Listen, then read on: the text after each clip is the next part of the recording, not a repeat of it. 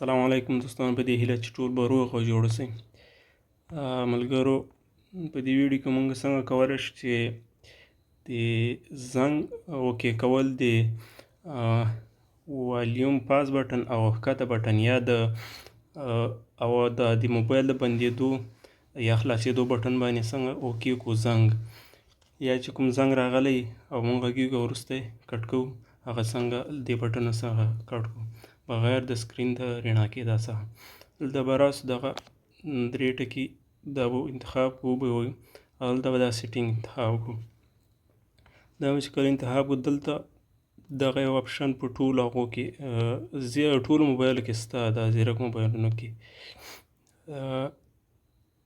دا ګورو دغه answering and ending calls او دغه په ټولو کې څه دا به ووایي.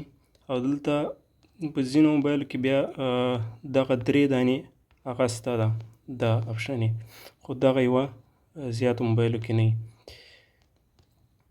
دغه څه معنی ورکوي، دا اول څه ده ریډ کالر نیم الاؤډ، وایي زنګ وهونکي نوم دې ووایي چې کله دا چیک تاسو آن کوئ.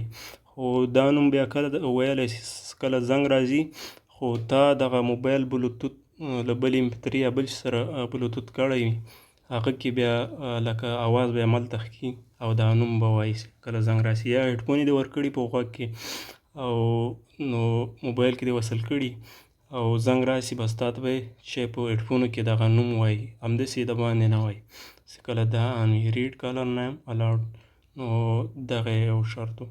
بل دلته دا دویم څه ده answering automatically، دلته وایي ځواب دې ورکړي اتومات. کله چې دا آن کې دلته وایي که نه after 2 سیکنډ، وایي وروسته له 2 سیکنډو دې چې اتومات زنګ ته ځواب ورکړي. کله چې دا چیک آن وي بغیر له اوکې کېدو نه 2 سیکنډ وروسته به چې کوي هغه زنګ وهونکي ته به ځواب ورکړي، اوکې به شي.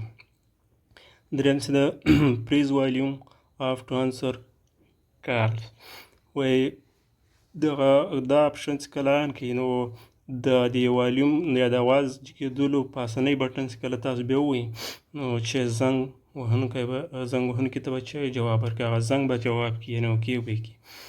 د چې دریم دا و. او څلورم پریز سایډ کی ټو اینډ کال، که چېرته دغه اخري چیک مونږ آن کړو دا دلته وایي فریز سایډ کی ټو اینډ کال، هغه دغه د اواز او د موبایل بندېدو یا خلاصېدو بټن چې کله مونږ زنګ اوکې کړی وي نو په دې باندې که چېرې بیا دا ووایي او دا چیک آن وي نو هغه زنګ مونږ سره ډایرکټ کټ شي په دې بټن باندې. دا د اواز په د موبایل په لګېدو او په بندېدو په دې بټن باندې.